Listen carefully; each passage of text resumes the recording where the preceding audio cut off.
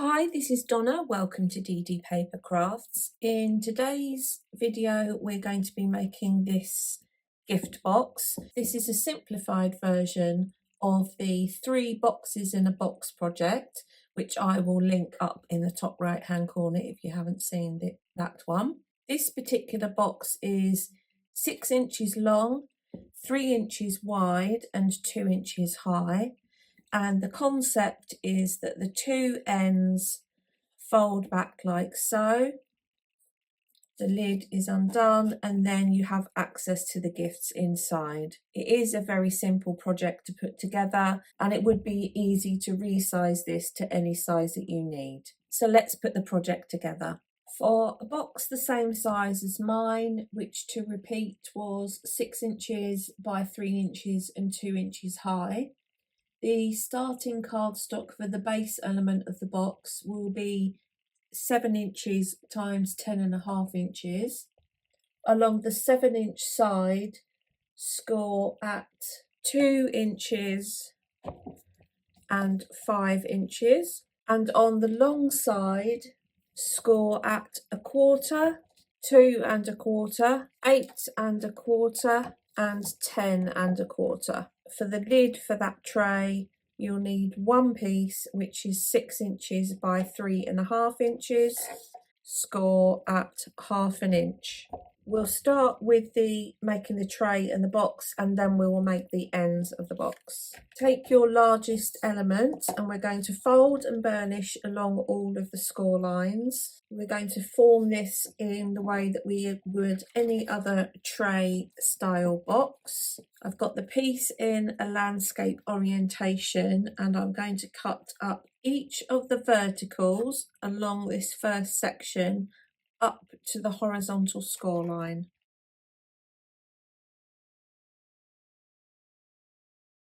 I'm going to rotate and remove this end rectangle, do the same at the other end, and then take a wedge from the 2 glue tabs at either end. And now we're going to repeat exactly that process in this section here. So that's our box piece. And now we're going to add glue onto each of the 4 glue tabs and then pull those around and complete our tray like so. And these elements here are going to come over to the top of the box and will provide a support for the lid. So start on one corner, pull the back or the front up and slot the glue tab in behind. Try to get a nice neat right angle on the corner like so, and we're going to follow that process all the way around. Now this is a shiny cardstock and I am using construction glue. I'm just going to use a small bulldog clip on each corner just to hold that in place whilst the glue dries. That's just going to hold that in place there, and I'm going to do the same on each of the corners. So that is fundamentally the tray for the box. Take your lid, fold and burnish along the score line, take a wedge from the ends of the glue tab, and then once my box is dry, I will add glue to the hinge, and that is going to secure the lid into place in the back of my box. Now you may find when you come to stick the hinge in that if you're struggling to get the cardstock in, you might want to just shape the ends of the support tabs, take a wedge from those, and then you should find that the cardstock will slot down between the end of this support tab and the back of the box. The next thing we're going to make is the 2 end elements, which are going to fold back so that you can then get the lid of the box open. And we are going to work in 1/16 for this because the elements need to wrap around the outside of the box.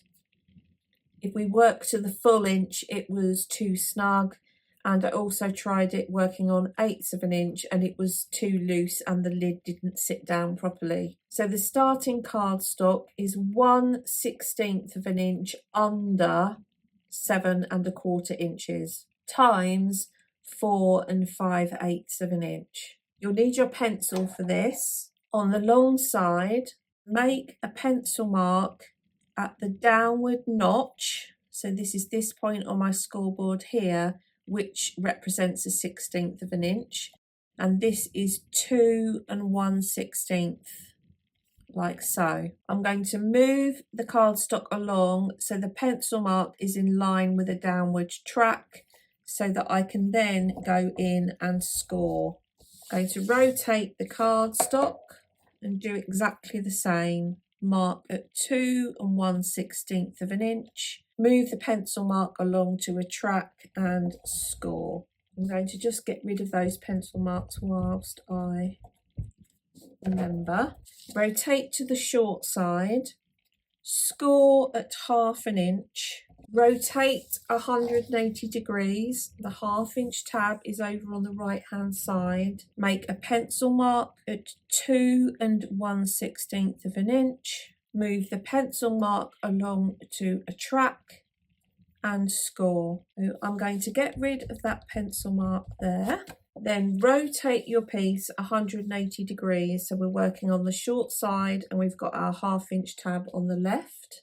I'm going to score within the top square only at 2 inches down to the score line. Flip the piece over and do the same 2 inches down to the score line. So your piece will look like this with these 2 additional score lines. Now we will be cutting from this end of this score line here up to the top of this score line here, and the same on this end. Now you can either do that before you fold and burnish or after.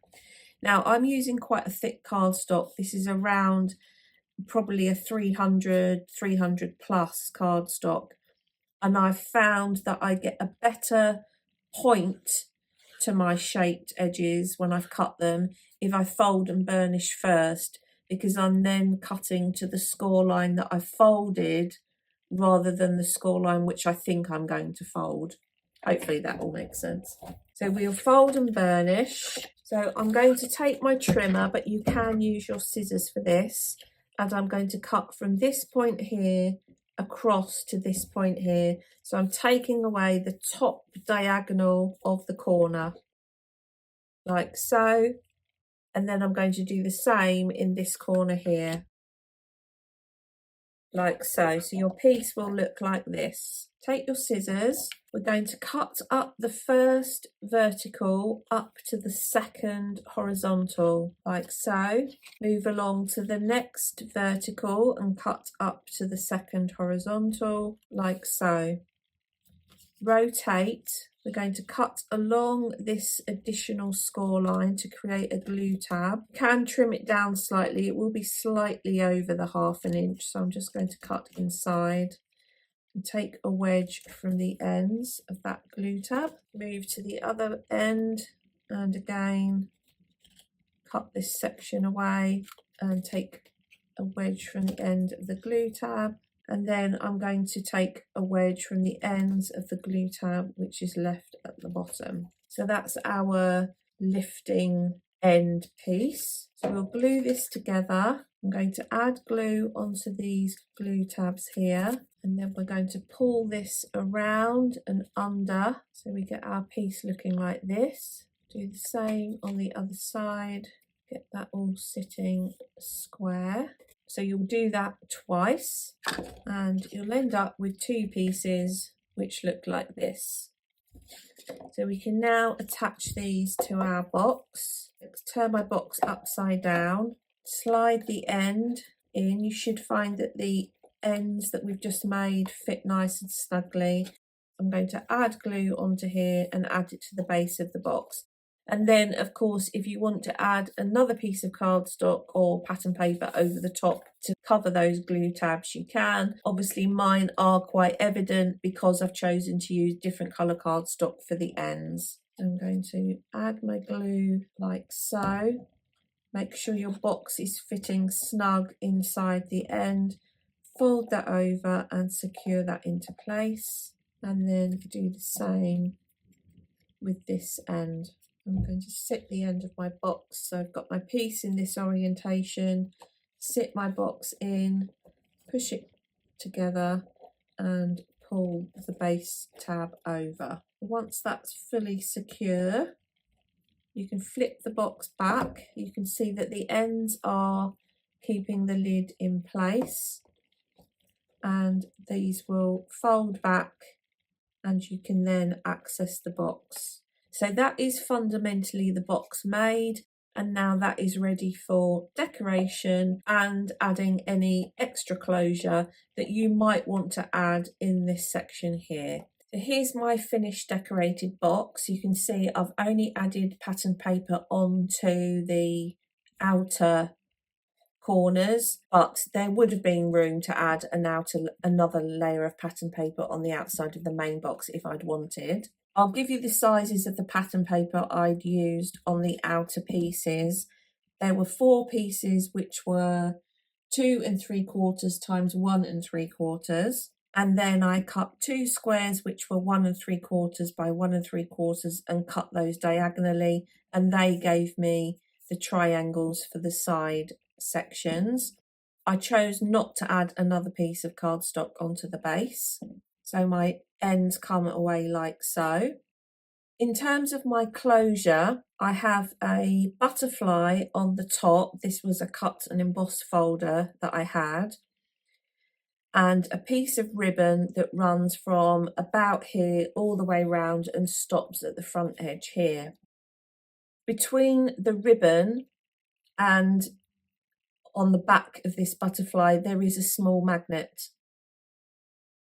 I then recut the butterfly again, taken a second magnet, which I've positioned on the top here, and I've then secured another butterfly on top of that, and then covered that with a piece with the ribbon which runs along the back. You can just see a piece of red tape here actually.